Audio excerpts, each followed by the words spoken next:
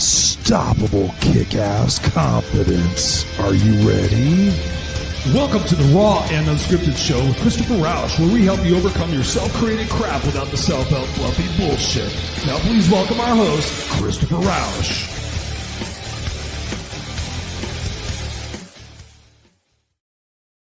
What's up, beautiful people? Welcome back to another episode of the Raw and Unscripted Show with yours truly, Christopher Rausch, your no excuses coach, and you're at your place where I help you overcome your self-created crap without the self-help fluffy bullshit.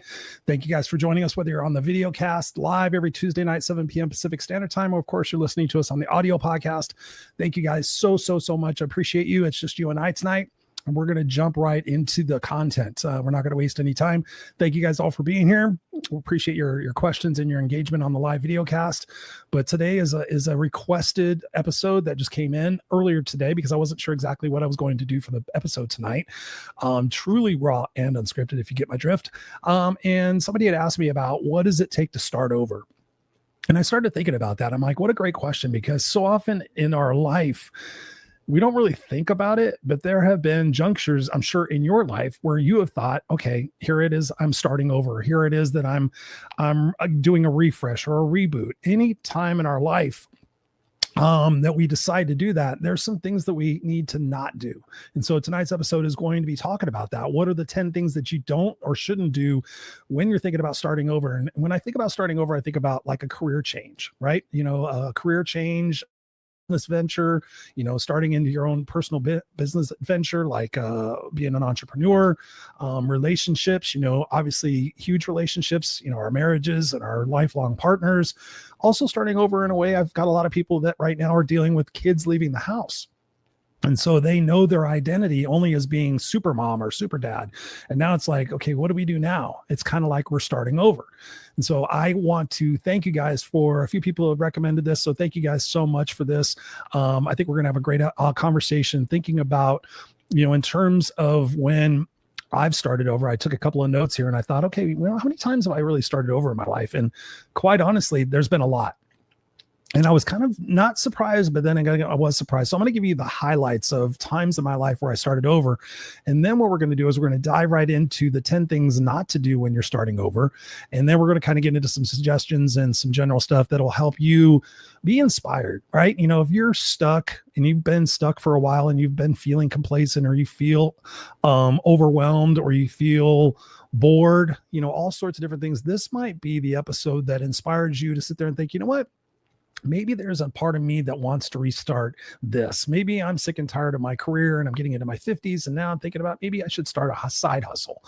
Or, you know, I'm going to be honest with you guys, AI, artificial intelligence, is frightening. And I just saw a report, and I don't look at this very often, so don't judge me. I saw a report that says in approximately 10 years, I think 40% of the jobs are no longer going to be needed because it's going to be taken over by AI. And truth be told with you guys, I use ChatGPT quite a bit. I use it for brainstorming the episodes. I use it for questions. I use it for things to find out how I can be unique in the podcasting space when it comes to inspirational or motivational content. So I use it quite a bit. It's kind of like Google, but it's supercharged. So it kind of helps me get to the end of it. But, you know, when you think about the things that AI can do, right? You know, our graphic images, our copy, music, videos, AI images in movies. I mean, again and again and again, they were talking about doctors being with AI. You go in for a doctor's visit. Of course, there's going to be people there, but now you've got the experts, I guess. I don't know. Let's not get into that because this show is not about that. So times in my life where I've restarted. One time, obviously, a huge thing was 13 years old. I went from being a 7th grader, 13 years old, living in middle-class America. Overnight, I basically became a homeless 13-year-old 7th grade dropout. I lived in a station wagon with 18 cats and 4 dogs. And for 4 years of my life, I went through hell. And so that was my earliest case of restarting. And I guess if you want to dig back on that, it was when I was 6 years old, when I moved from Los Angeles to Orange County here in Southern California. That was a huge restart because I went from a different neighborhood. I went from a different living experience and all these different things. So at 6 years old, that was probably one of my first restarts. So many different things from that. the next big thing really was at 17 years old, deciding that I was not going to get out of that homeless situation, either in a cop car or a pine box. And I had to take responsibility for my life and literally really restart my life in a phase without my mom as the primary person that I was, working to help and support, and us as a team. I had to get out of that situation. Otherwise I would have wound up in a cop car. I would have wound up in jail, or I would have wound up dead.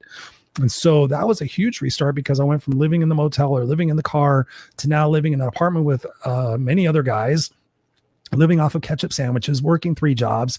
And then from that point, I had to restart my life again in the middle of that, because somebody inspired me. Bill White inspired me. He says, Chris, have you thought about going back and getting a GED? And I'm like, I have no idea what that is. Right. I thought all my life I was stupid. And so he says, oh yeah, you could go back and make up high school and the rest of junior high, and you can get this thing called a general equivalency diploma. And, then you'll be right as rain. And so that was a huge, huge restart in my life, because I literally thought I was stupid. I did poorly in school. I was working 3 jobs at least at that point. I was working a day job, a night job, and a weekend job. Just barely making ends meet, like I said, the ketchup sandwiches and things of that nature. And so for me to rebuild my self-esteem and figure it out as I go and as I went, I spent 12 years in school. So I got my GED, and then I went and got I went and entered college and spent 4 years getting a 2-year degree because I was working. And then I went back and went for my bachelor's degree, which was accelerated courses. So again, doing that while building a career, and then ultimately being out of school for 6 months with my bachelor's degree and deciding to go back and get my master's degree. So again, those restarts, becoming that professional student, having to sacrifice time with my friends and partying and all that other stuff, which I still found time to do, by the way. And then another major restart is when I got laid off from one of my first real jobs, working as a night billing operations clerk, and having to go out and look for another job, and it not just to be a telemarketing job, but actually be a professional job, and then landing at this place called Keystone Lines, and then being there for a little while, and then, really deciding that I wasn't going to have my integrity tarnished and be badmouthed for things I wasn't doing, and just a whole bunch of bullshit. And so then I restarted my life again and got at to this company I worked at for 26 years called Patty. And so that was a huge restart at 23 years old, starting a brand new job and a brand new career that I wound up doing for 26 years. There was the divorce from my first wife, right? 23, 24 years old. I got married at 19. And then now I'm out living on my own. I went from living with my mom to living with the guys to living with my wife to now living on my own at 23, 24 years old. That was a huge shakeup. I spent the first year of that existence pretty much just doing my schoolwork and doing my homework and then doing my work and working out at the gym. I spent a year having to get in touch with who I was. And so you're going to hear a common theme in the things that I'm talking about right now that I did, that I'm going to be talking to you guys about what not to do. And then obviously the things that what I want you guys to do in that restart, in that refresh of your life, whether it's a personal thing, whether it's a career thing, whether it's a health thing, whether it's a financial thing, whatever it might be for you. Think back on your life. Think back on your life when you've had to do some major restarts, whether they were chosen or they were forced, right? I think about another major restart in 2011, the day I moved into this house that I live in now, which is a beautiful house. That morning, my mother died at 1:33 in the morning. I started moving into this house at 6 a.m. pretty much. So that was a huge shift. Jesus Christ. I moved houses. I ended a legacy with, having to take care of my mom and be there for her. And now all of a sudden it was just me, right? It was just me and my wife. That was huge. That was huge not to have to be there for her and also process the emotions that go along with losing your parent, and all that kind of wrapped into that. In 2016, right? See, I keep going through these things. In 2016, I hit a form of rock bottom. I was coaching. I was working at my job. I was very successful. We had tried having kid naturally. That didn't work. We were going through adoptions and that was failing and that wasn't working. And I found myself being a hypocrite. I found myself coaching. I found myself doing my kick-ass radio show that I did for 5 years. I found that I was being incongruent. And so I would take these walks with my dog and I would sit there and I would have these really dark conversations with myself.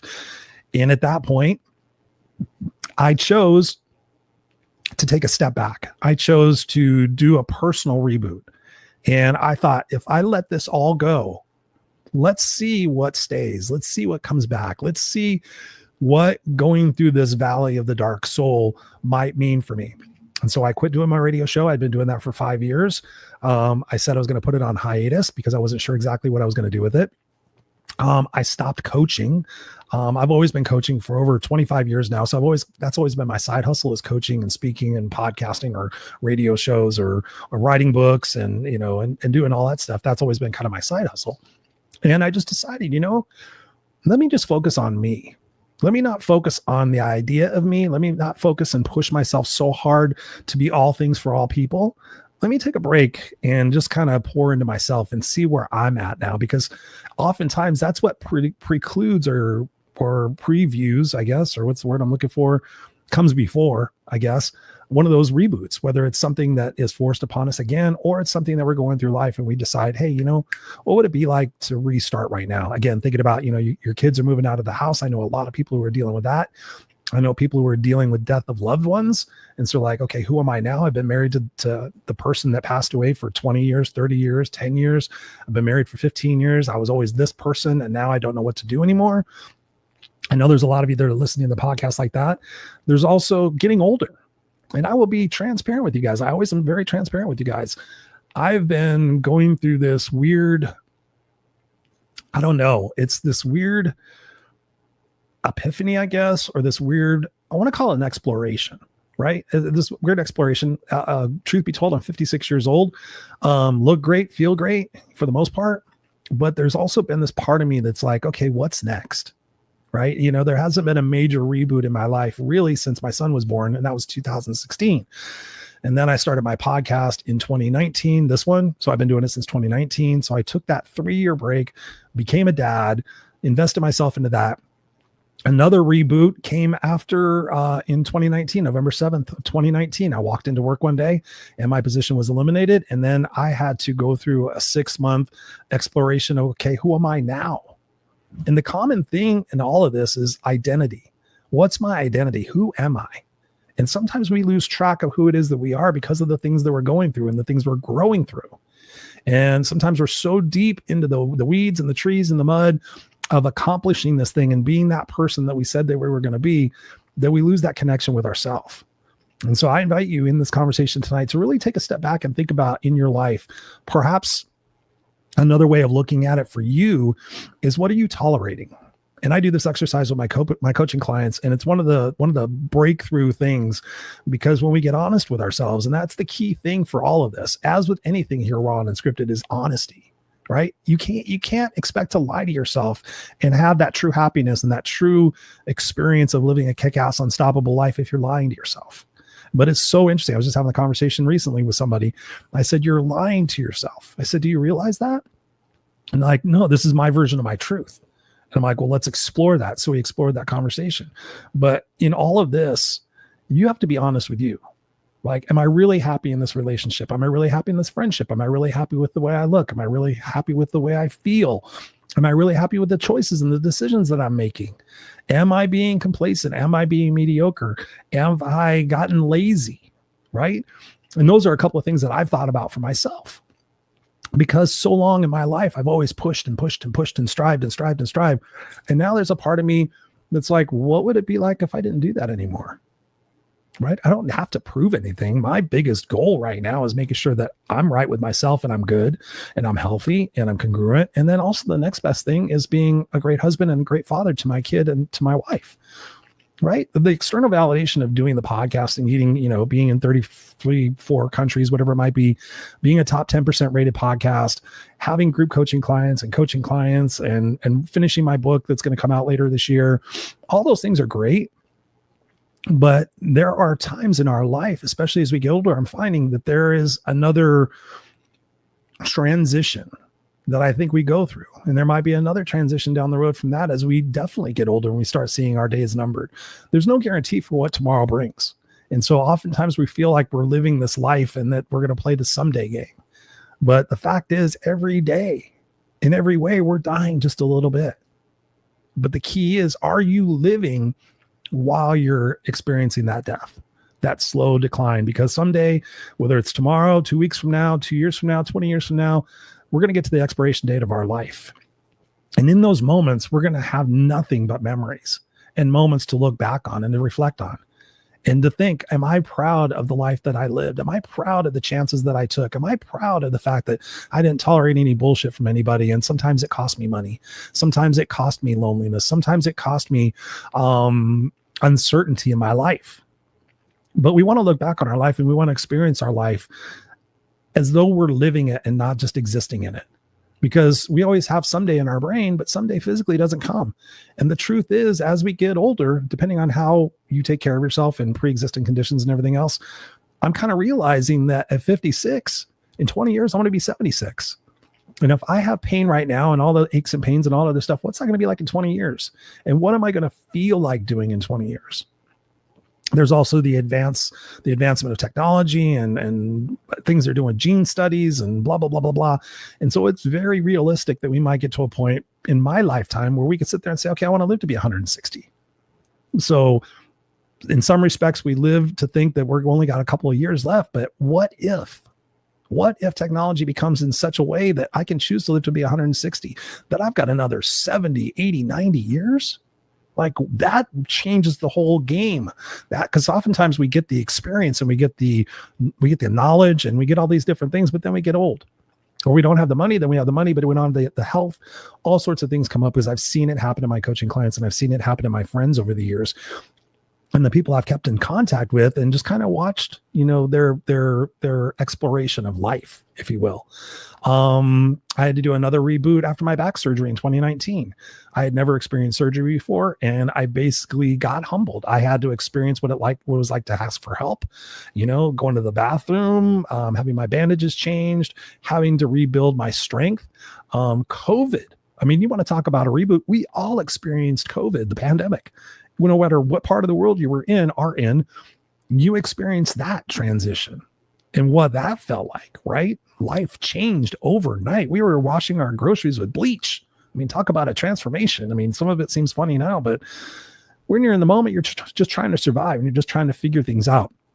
So just want to share that with you to let you know that you're not alone in the transitions, in the heartbreaks, in the heartaches, in the unfortunate situations that we go through in our life, whether they're positive or negative. I mean, obviously becoming a dad was a huge transition, one that I never took for granted. And I'm so grateful for, because it's helped me become a different version of myself that I never thought I would experience.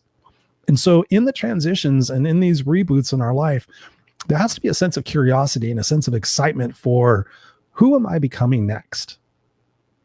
How do I envision myself personally? One of the questions I've been asking myself is, what kind of person do I expect myself to be at 76 in 20 years, right? 20 years ago, I was 36. That doesn't seem that far long ago. It goes by fast. So what type of person am I going to be at 76? Obviously an active person, but I also want to enjoy my moments. And I think that's kind of where I'm at right now, is dealing with the guilt of not being that version of myself. Right? To sit there and literally say, I could retire. I could do nothing all day. But that's not who I am. So let's go into the 10 things that you do not want to do, or common mistakes that I think common mistakes people make when they're doing a reboot. So let's just get right into that. So you want to take notes, and feel free to ask questions if you guys are watching live on the broadcast, or you want to interject stuff. Love for you to share that. But number one, I put down here, and I had to actually work on this episode because I couldn't think about it off the top of my head as I usually do. But number one, starting over without letting go. And so when I look back at that list of my life and I think about starting over without letting go, there's a surrender component to all of this. There is a letting go of that former version of ourselves.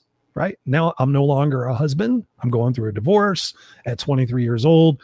And I had so much shit in my life that I had to process for myself because of being homeless, and then going from homelessness to living with guys, and then going from that to fucking raging parties and drinking and drugs and women and and then slowing down and finding my first wife, Tammy, and then navigating relationships, because I never had relationships before, and then navigating the workplace and being more serious about my career, and then getting into college and things of that nature. I had to personally let go of the idea that I had of myself that I was a failure. that I was a loser and that I wasn't intelligent. I had to let go of that belief and then recognize, as I've done research on ADHD, which is something that I've been diagnosed with multiple times, off the charts, and really thinking that was a neurological disorder or a neurological thing. I thought it was like these electrical impulses that go through my body, and I can't control the spontaneity of, oh, look, shiny object, or, oh, look, let me just do this for a second.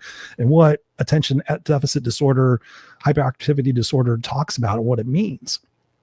And so I've had to let go of also being the victim in those stories, the victim in my divorce, the victim in losing my job, and why me, right? I've had that happen a few times in my life where I walked in and it was gonzo. The job was gone. My life was gone. My desk was gone. There's been a few times in my life, obviously, where I've chosen to leave as well. But that is pretty jarring, because we put so much of our identity into what it is that we do. When somebody says, well, what do you do? I mean, that's one of the most common questions we get, whether it's a social gathering, whether it's a business gathering. So what do you do? Who are you defined by as your career, as your job? I'm a teacher. I'm a dentist. I'm a doctor. I'm a operations supervisor. Whatever it might be. That's kind of, we identify of that's who we are. And so when you're thinking about where it is that you're at now, you can't start over without letting go. And there's different things you can do. I like to write letters. So I write a letter to my former version of myself. Hey, this is you. I'm wishing you well. Things of that nature. You guys can Google it and figure it out, because I don't want to get lost in this, because I've got some other recommendations for you a little bit further down the road. So what did I write down here? Shift it. Release the baggage before you start packing for the next destination. Number 2. When you do these reboots or these recharges or action, common mistake that people make is expecting immediate results. This is a journey. Life is a fucking journey, dudes and dudettes. Expecting immediate results. We live in an age now where we got our portable computers in our pockets. We've got Google, we got YouTube, we got ChatGPT, we've got all sorts of tools to be able to get immediate information. We have Amazon to get our stuff this afternoon if we want it so bad. The expectations of immediate results and immediate gratification is pretty significant. But I invite you to look at this, and whatever it is that you're looking at in your life or going through in your life, have a sense of curiosity, have a sense of joy in discovering that this next chapter in your life, this next version of you. Who am I becoming? Who am I growing to become? What part of me can I let go? Right? A couple of years ago, I quit drinking, and I was just talking with somebody the other day, and I'm like, I kind of miss being that drinker. Right? It was the way I could relax. It was the way I could party. I literally can't drink hardly anything anymore. It just doesn't make me feel good. I want clarity. I want experience. I want to remember. I want to make sure I'm putting good things in my body. So mistake number 2 is expecting immediate results. You have to understand that the time it's taken you to get to this part in your life, right? So I look at this as, I'm 56 years old. So if I'm looking to change my health regimen, which I'm not, I'm pretty healthy. If I'm looking to change something, I have to realize that it's taken me 56 years to get to this part. And so it might take me a little bit of time, and I have some recommendations for that. But look at it this way, right? I personally have experienced a lot of transformations in my life, both personally and with my coaching clients, doing the coaching for over 25 years, whatever it is. Is in that journey, that transformation, let's not rush it, right? We're always in a rush for the results.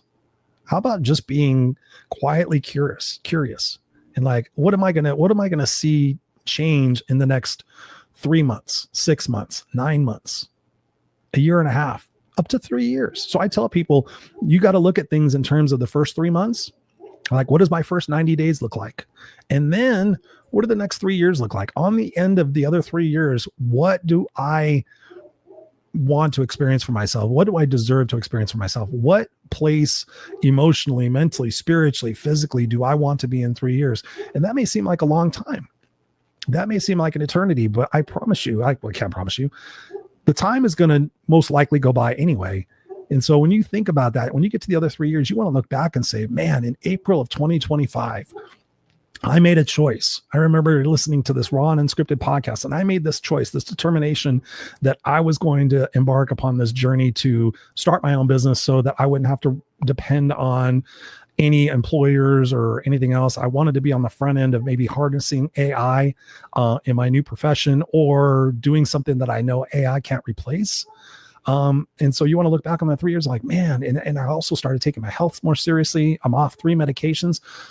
Get curious about what it is that you can do and accomplish, and push yourself.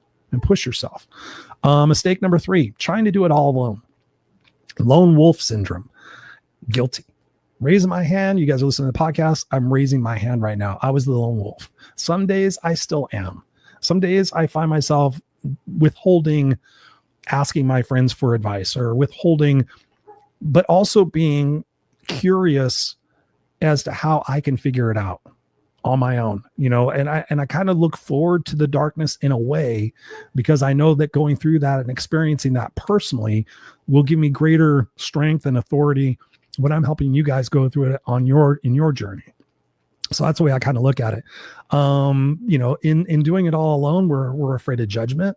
Like, who is Chris to go through a transformation, and who's Carol, and who's Tom, and all this different stuff. And the negative self-talk that get going on in our brain, it keeps us isolated. It keeps us stuck. So one of the big things that you could do is get a mentor. We're going to talk about that in a few minutes when I talk about the experiences, but don't do it alone. Don't do it alone. And we're going to get to some suggestions here in a second. Mistake number 4, rebuilding the same foundation that broke you. Right? I tell people geographic cures don't work. Like, oftentimes people sit there and say, I'm going to move to Texas and I'm going to start over. But you're still taking the toxic mentality with you, or you're still hanging around the same type of people that hold you back, that bitch, piss, and moan about life, that don't do anything about it, that blame the government. So when you think about that, how can you really get down to the foundational aspects of what it is that you're trying to do? And that really is from your mindset, and also looking at your identity. And I think I've said that a couple of times. So we're going to talk about it here when we talk about solutions. Number 5, avoiding the grief work, right? Oftentimes we want the good shit without the bad shit. And if you have never seen it before, I encourage you to go to YouTube and type in The Hero's Journey, the Joseph Campbell story. It's about an hour and 23 minutes. It's phenomenal in portraying our lives, right? We start off and we're naive, and we go through this hero's journey. We go through these low points and these challenges and these struggles, and then we come out the other side. And what do we want to do? We want to help people on how to get through that. How to survive grief, how to survive the death of a loved one, how to survive the death of a child. We go through that experience and we're like, okay, what can I do? I can take my experiences and I can help other people go through it. So maybe it's not as hard on them as it was on me. So think about that. You got to do the grief. You got to figure it out for yourself. And, in a way, understand that the grief is growth. And that's the thing I'm trying to pinpoint to you guys, is that through that transformational process, we have to go through the dirt. Number 6, letting fear drive the decisions.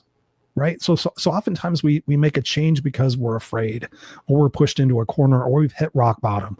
I've got to change my health. I just got a diagnosis. I got to change my health. I've become an alcoholic. I take too many pills. I eat too much. I'm overweight, whatever it might be.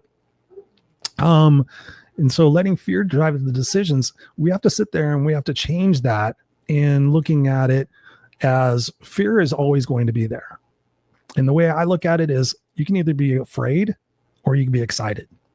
And I've proven beyond a reasonable doubt that fear and excitement are pretty much the same thing. It's just your perspective about it. So can I be excited about this transition that I'm going to be experiencing? In some ways, no, if we're being honest with ourselves, but in some ways, yeah, I can be excited about it, because I know on the other side, based on all the other shit that I've been through in my life that I just shared with you guys before, that on the other side of those transitions came a stronger Chris, became a more patient Chris, became a more tolerable Chris, became all these different things. So had I not gone through those experiences, I wouldn't be the man that I am today. So let's not let fear drive it. Let's excitement drive it. How am I excited for what it is that I can learn? Because now more than ever, you guys, you have the answers. You have ChatGPT, you have Google, you have YouTube. And if you're really lost, you could go to the fucking library like I did and check out books and then have to return them in 2 weeks. Or you could check out cassette tapes, which I used to do as well. I would get audio programs on cassette from my library, and I had a simple little cassette recorder, and I would listen to it, and I would take notes, and I would apply what it is that I learned, and that's how I changed. Let's talk about mistake number 7, overcommitting to prove ourselves. Right?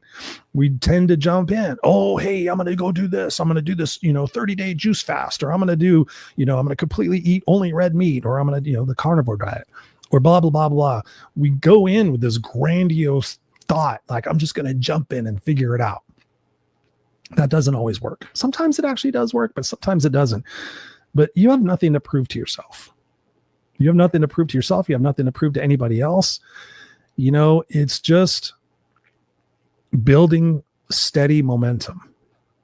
Waking up in the morning. What's my morning process? How can I win and own the day? Right? We're sitting there thinking about how can I win and own my life? And then we oftentimes don't enjoy the process of owning our life and going through that process. We think when we get there, then we'll be happy, but let's not. Let's focus on the hourly improvement.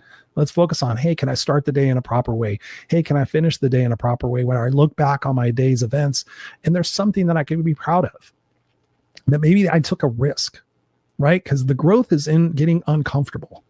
And so I encourage you to get uncomfortable with yourself once a week, right? There's 7 days in a week. Can you pick one day to do something that's completely outside your comfort zone? Maybe saying something to a stranger in public, maybe doing a speaking opportunity for a local organization to share your expertise and maybe help somebody, maybe volunteering in an organization, whatever it might be for you, making that new proclamation that you're going to start that new business, right? Or whatever it is that might be for you. Let's do that. Let's not overcommit to proving yourself. Let's enjoy the journey of that next aspect of yourself, right? Let's enjoy those processes, those moments. Number 8, comparing your chapter 1 to someone else's chapter 20, right? When you think about it, I think in terms of life as a book, right? You got chapters of a book, you got sections of a book, you have a beginning of a book, and you have an end of a book, right? So whatever book is it that you're writing right now, the book on your career, the book on your business opportunities, the book on your health, or your life, your love life, or whatever it is for you, don't compare yourself to where somebody else is at. Right? You sit there and you look at somebody like, oh man, they've been doing it for 20 years. I want to be just like them. Well, it's taken them 20 years, right? And you think back to one of the things I said not to do is don't do it alone. So one of the things I'm going to recommend to you is find somebody that inspires you, that has achieved what it is that you want to achieve in your life. And whether it's asking them to be your mentor, asking them to be your coach, having coffee with them and asking them like, so how did you handle that transformation? How did you go through a divorce and lose your kid and start a business all within a couple of years of each other? What was the core ingredient that you needed to do, or you needed to sacrifice or give up or to change in order to have the success that you have right now? Because success does leave clues, but don't compare yourself to where somebody else is at on their journey. That is probably one of the quickest ways to get discouraged and get demotivated. But also, when you are comparing, don't compare, but look for like, what are 3 qualities from that person that I can take and put into my life, right? We can't compare where it is that we're on our journeys because maybe they're older, maybe they've been through more adverse experiences in their life. But what are 3 qualities that person has? They're tenacious, they're honest, and they're vulnerable. Wow, I really admire that about themselves. And there's something you could do for yourself. You could do what's called a values exercise where you take, and I can send it to you if you want. You can ask me for it. I'll send it to you. It's like it's a list of 113 values, and you write out your 5 biggest values. So that as you're going through your day and as you're going through your life, you can sit there and say, does this support my top 5 values of this? Right? Vulnerability, growth, transparency, honesty, hard work, dedication, whatever it might be. Does this support that? Right? What not to do, number 9. Geez, we got to get to the what to do's. Number 9, not learning from the past. And this is important. Like, reflect upon your experiences. Look upon the ups and downs, if you will, of your life. And ask yourself, what did this period of my life teach me? What did it teach me? What did it teach me not to do? What did it teach me to do? How did it teach me to reframe my perspectives and my expectations? Like, what did it teach me? Because we got to learn from the past. And so I've really prided myself on, as a part of me, I call it a part of me is dying. That aspect of my identity is no longer here, no longer serves me. The identity of me being a party animal. It worked for a long time. I would go to business functions and I'd be the life of the party and I would have a great time and I would be, all these different things, but that does not work for me anymore. That aspect of my life, although it was fun and although I still have a good time, it's just different now. It's just different. And I'm excited about that. And I'm happy with myself and I'm proud of myself that it did not take me having cirrhosis of the liver or take me having a drunk driving accident or something really catastrophic for me to quit drinking or to slow down drinking. I still have, beers here and there, but nothing like I used to. I haven't had whiskey in, a year and a half. And I used to drink Jack Daniels literally by the 1.7 by the big bottle, the Costco bottle. I could drink that in about 3 or 4 days and not ever be fucked up. That's how bad it was or how good it was. It's just the way my body was. And so, not learning from the past. Number 10, this is important. Waiting for the confidence to start. People think like, if I just had more confidence, if I didn't have this fear of failure, if I didn't have this fear of judgment, if I didn't have, insert the blank right here, then I would be okay. And then I would start. And the thing I love to tell people when they ask me like, Chris, how are you here?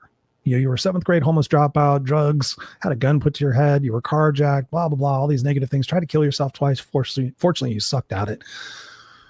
Why are you here? And how have you been so successful in your life? And you've been through some pretty traumatic things and some pretty fucked up things. How are you still here? And my first answer is that I took imperfect action every step of the way. Even up until this day, I still take imperfect action. I don't have all the answers. I don't figure it out. For me, I have a general direction. I do my research on something, but there's that curiosity in that sense of adventure that when we were kids, and we all had it as kids, but then the adults in our life broke it out of us. Start being realistic, get your head out of the clown, stop daydreaming. You have to be really, whatever it might be for you. They took that away from us. And so I think one of the key components to living a kick-ass life is having that sense of curiosity, having that sense of adventure, and realizing that you're not supposed to be the same person or the same version of yourself for the rest of your life. There are going to be chapters and segments in your life. I think for the first part of your life, through your 20s and 30s, you're just trying to figure things out. You're trying to establish a foundation for being an adult, right? You're trying to pretty much unfuck some of the childhood shit that you went through. And you're just trying to establish a base for who you think you should be or, your career and everything else. And then when you get your 40s, 50s, and 60s, I think, especially 40s and 50s, I think those are some of the best decades. For me, my 40s were amazing. There's a part of me that wishes I was still 40 because I'd like to go back and do some more stuff with that energy, with that clarity, with that curiosity, right? I really started taking my coaching and my speaking and everything to the next level.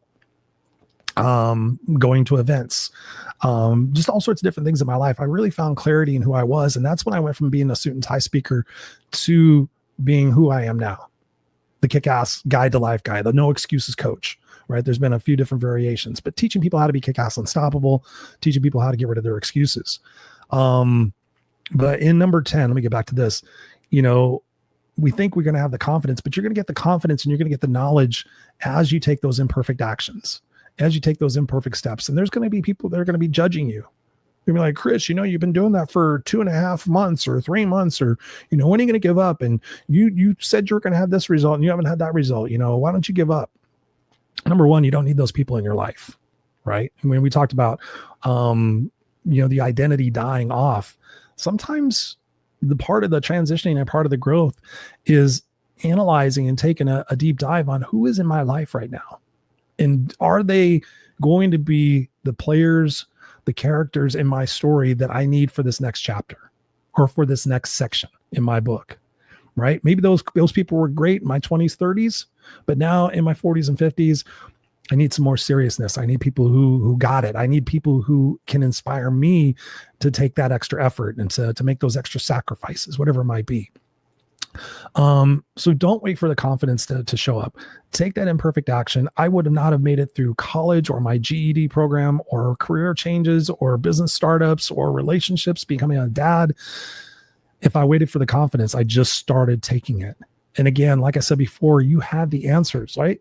All you have to do is type it in here and get the answers and watch the videos and say, you know what, for the next 2 weeks, I'm going to watch videos on what it takes to build your self-confidence. In the next 2 weeks, I'm going to watch videos on how to have a better relationship with myself. In the next 2 weeks, I'm going to watch, what are the 3 things that I can do for my health that by which doing so will give me added energy and added clarity, and how can I improve my sleep, right? And I think about those journeys for myself. I have done those explorations. How can I deepen my sleep? How can I better my sleep? Okay, I got a sleep ring. I started tracking my sleep. It was like, first I thought it was kind of bullshit, but now you take a look at it. Now you get deep sleep, and now you're paying attention to when you go to sleep and when you wake up, and circadian rhythms and melatonin production and eating and what the body's doing and how your temperature drops before you go to sleep, and all these different things that I've learned in order to get better sleep, in order to feel better, in order to have that edge, have that advantage, not over anybody else, because it's not a competition. I want everybody to win, but the competition with ourselves. How am I going to be just a little bit better today than I was yesterday? All right. So here's some questions that I put together that I thought would be great for you to ask yourself. I'm all about questions, right? When you ask yourself the right question and you're again, honest with yourself, what is it that you can accomplish? So here's a question, no particular order, just questions that came to my mind that I thought would be great to share with you. Here's a question. When you're thinking about transitioning, changing a career, changing a person, ask yourself this: what am I running away from? And if your immediate response is, I'm not running away from anything, I'm choosing to change this and I'm kind of excited about it, then you don't need to worry about that. But there's always a but. But when you ask that question, you're like, I'm not running away. Am I running away from something? Am I thinking that maybe if I had a different person in my life, then my results would be different, but maybe the relationships that aren't happening or aren't working is because of me, right? So oftentimes we point the finger at everybody else. I haven't had a marriage that worked because of those other people. It's like, well, it's the common denominator in the marriages. You. There's 3 different women, but you're the central core person. Maybe you have to take responsibility and say, hey, maybe I wasn't a good mate. Maybe I was selfish. And maybe now there's an opportunity for me to do something about it. Right? Maybe I could go back to all those exes and say, there was one thing that I could do better. What would that be? And then if you get 3 overwhelming responses, or you get 6 overwhelming responses, then you have that, okay, now I can work on this. How exciting is it going to be for me to work on these challenges over the next 2 years so that the next person really gets the best of me? And that's kind of fucked up for those other people that they had to go through the worst part of you, I guess. But it all happens for a reason. It all happens for a reason. So one of the questions is, what am I running away from? Here's another question. What are my 3 crystal clear goals from making this change? Like, what are 3 goals from making this career change? I want less stress. I want more time with my family, and I want to make more money. 3 things. I want to make a deeper impact in the world. I want to use my God-given skills, and I want to set the example for my son to follow. So what are the 3 goals that you want from making this change? Because when you have that north star, if you will, when you have a big enough why, you have a big enough how. Another question: what are 3 new habits I need to start and implement for me to become that version of myself that I want to become? So what are 3 habits? If you can tell, I like the number 3. I used to say 5, but I think 5 is overwhelming. 3 is absolutely realistic. So what are the 3 habits I need to start and implement? One habit I need to do is I need to get up at the same time every single day. Another habit is I need to spend the first hour of my day pouring my own cup.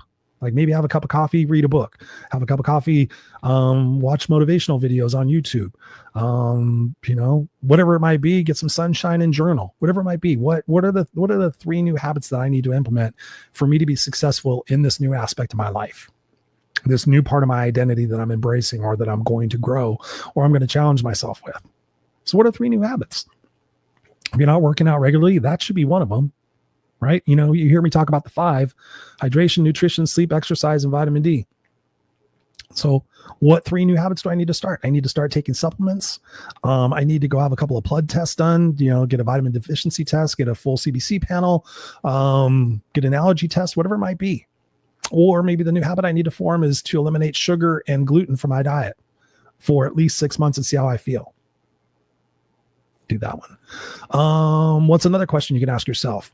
What are 3 books that I can study, not just read, that I can study to gain more insights? And if you need those 3 books, by all means, reach out to me. I've got so many books that if you just read these 5 books, I've got lots of lists like that. You read these 5 books and applied the things that you learned in that book, your whole fucking life would change, right? So when I think about, I can just look at them. The 5 Regrets of the Dying, read that book. Holy shit. Why Me? Why This? Why Now? That's an amazing book. You guys know I'm a fan of, Jesus Christ, just fucking drawing a blank on his name. The Surrender Experiment. And, God, it's been a while since I've actually talked about those books. The Surrender Experiment and, the other one by him. Anyways, or 7 Habits of Highly Effective People, or Think and Grow Rich, or The 4 Agreements, or The Big Leap by Gay Hendricks. So what 3 books can you study, not just read, like really game plans? Like Think and Grow Rich, there are, I think there's 7 different things in there. Like focus on those. Like for the next couple of months, I'm just going to focus on strategy number 1. For the next 3 months after that, I'm going to focus on strategy number 2. So maybe you make it a game with yourself, or you make it a challenge to say, okay, for the next 12 months, I'm going to take these 3 books and I'm going to really devote myself to really applying what it is that I learn. And we can all raise our hand that we read books. I think some of you can. We read books, but do we really get in the weeds? Do we really dig deep on what the actionables are and do them? Or do we read them and say, oh, I'm going to go back and do those, right? Because I'm raising my hand. I've got tons and tons and tons and tons of books. Tons of books. My thing with a book is, what's the one thing that I can get out of this book? What's the one thing that I can look back at that book and go, oh yeah, I know what I learned. So think about that. Where are we at on time? Here's another question. If I were 100%, if I was being 100% honest and fearless, what would I do next? And the key thing is getting resourceful, because there are always more ways to push yourself outside your comfort zone. There's more ways to get more time productivity out of a particular day. So what is it? If I'm being 100% honest and fearless, what would I do next? Like if fear wasn't the obstacle or the excuse, or time wasn't the excuse, or money wasn't the excuse, or knowledge isn't the excuse, or whatever it might be, what are those obstacles? I mean, what is that I can do to be fearless, right? Who is it that you admire? Why do you admire that person? Like one of the people I admire in this world is John Bon Jovi. He fucking kept going. He could have been a statistic for the hair metal days, but Bon Jovi persevered through all the different decades of music and kept reinventing themselves, reinventing their sounds, and growing and changing and writing about different content. John says he doesn't want to write Slippery When Wet over and over again. So he's, you look at the different Bon Jovi albums, right? I admire that about them. So what else do I admire about who, right? And what is it about them that I could take for myself? How can I live in their honor and their vision, right? If they were here right now, and I got to spend a day with John Bon Jovi, what questions would I ask him? What would I want to really take from John to apply in my life? Now, I'm not a musician.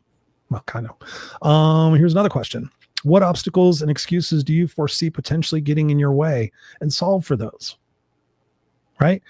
I'm kind of afraid I won't stick to it. I don't tend to stick to things. If that's one of your things, okay, what's the obstacle, and what can I do to ensure perhaps that maybe it only happens 5% of the time as opposed to 95% of the time? What excuses, what obstacles do I think I might have? Oh, I don't do too well with getting up and on time every day, or starting my morning the same way every day, or, I think that's going to be a challenge. Okay, so what can I do? I can put a sticky note on my computer monitor. I can get up and just tell myself, you have to get these 3 things done, and then you can do whatever it is that you want. Whatever it is, I'm very flexible as a coach in how I get people to change what it is they're working on. But it really is about proactively finding out what those excuses are, what those obstacles are, and saying, okay, here's how I'm going to plan for those.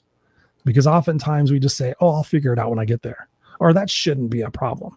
But if we know ourselves, right? So for me, it's about having that accountability in my life. So I have a coach, I have 3 mentors.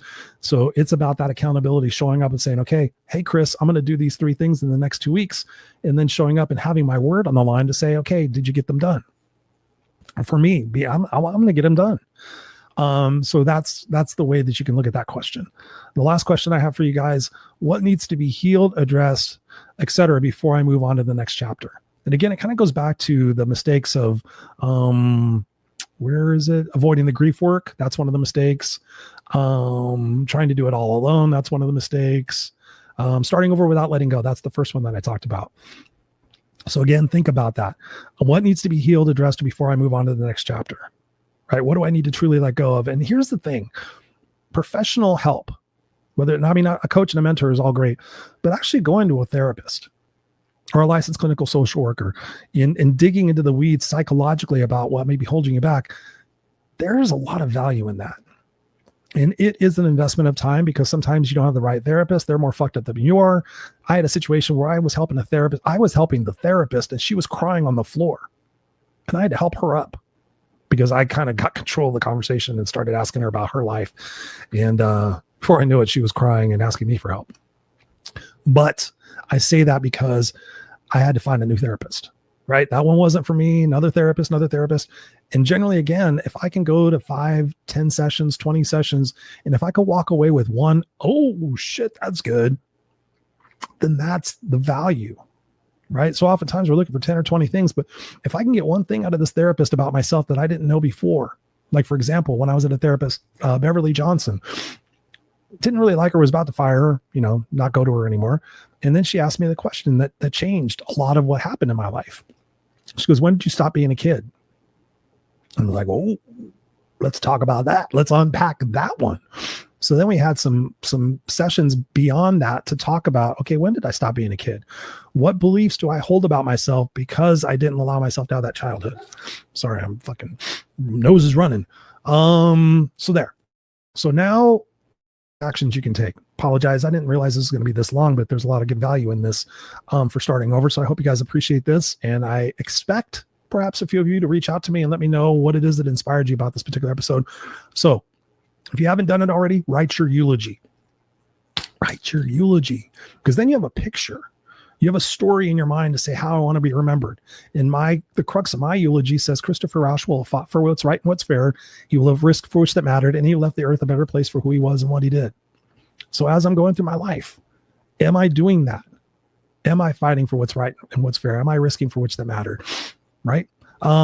Because again, going back to when you have a big enough why, you have a big enough how. Specific actions you can take. 1% daily uncomfortable growth. Or what's the one thing that by doing that today, I can go to bed tonight and feel proud of myself?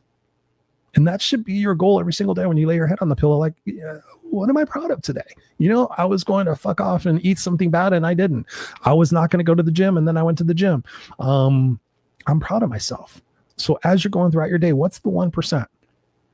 We're not looking to move mountains, ladies and gentlemen. We're looking to enjoy the process, be curious about who we're exploring and discovering who we are next, and enjoying the process and enjoying life, right? Not having the regrets, not hoping and praying and shoulda, coulda, woulda all over ourselves that we should have done it sooner.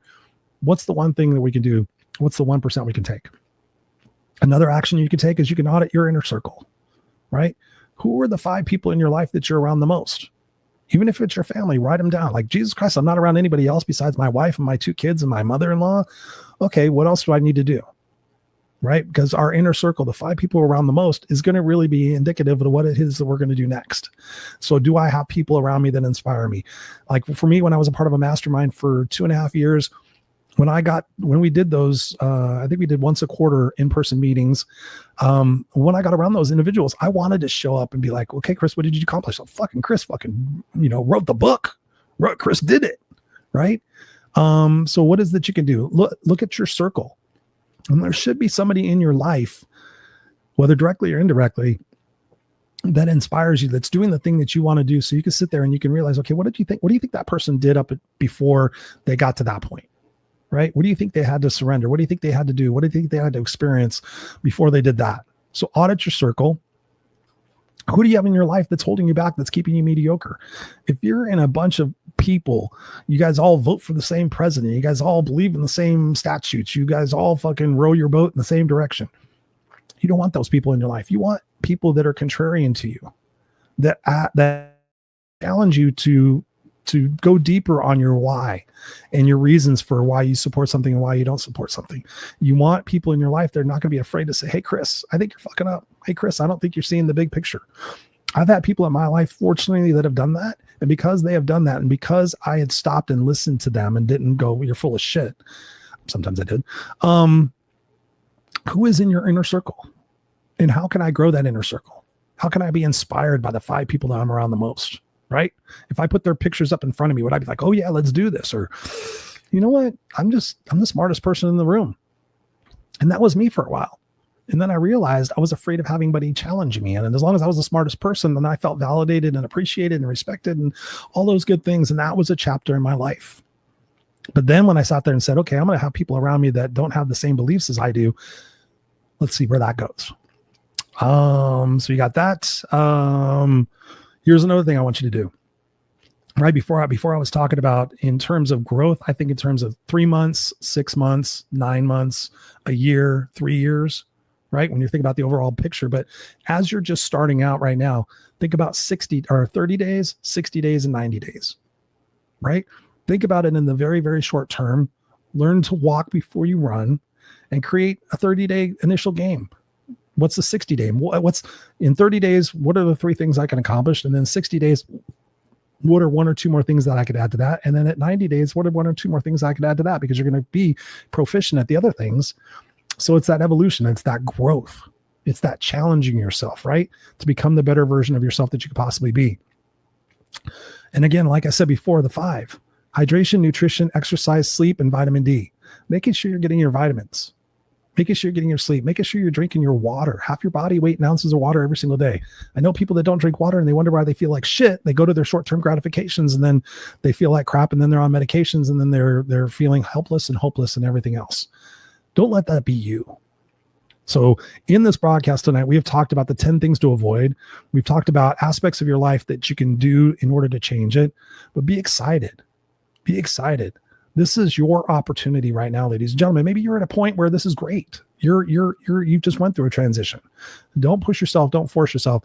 But what I encourage you to do is find somebody in your life that you can send this episode to and say, hey man, I was really inspired by this cat, Christopher Rausch. He's like the no excuses dude, and send them this episode. And perhaps be a mentor, be a partner to them and say, hey, listen, I would love to be your accountability partner for the first 90 days. You know, if you decide to do something and change something, I'd like to be here for you. Every 2 weeks we can meet and you can tell me the things that you're going to accomplish and see what you have accomplished. And, you know, we can get into your excuses and your barriers and all those different things. We can uncover those together. So maybe you can do that for somebody, right? Because I believe when we share ourselves with other people and we all work to make this world a better place, it's pretty incredible what it is that we can accomplish. So there we have it, 58 minutes. I didn't think I was going to go that long. My voice is thrashed. I've been going all day. So thank you guys. Please share this episode out. Please let me know what it is that you want me to do episodes on in the future. I'm doing way more solo shows this year than I've ever done before. It's a little challenging for me because I've talked about so many different things. So thank you again for giving me this opportunity tonight to talk about starting over. Thank you guys for commenting out on the social media pages. Make sure you join the Raw Unscripted group on Facebook. And let's continue to support ourselves to a higher standard and have things tonight to go to sleep, to be proud of, and to be curious and be engaged in this journey of life. Okay? I challenge you. So we'll be back here next Tuesday night, 7 p.m. Pacific Standard Time, 10 p.m. Eastern Standard Time, live on the video cast. Thank you guys for listening on the audio podcast and sharing this out. Let's together make this world a kick-ass place, okay? I will see you here next week. Go be beautiful, ladies and gentlemen. Stay kick-ass.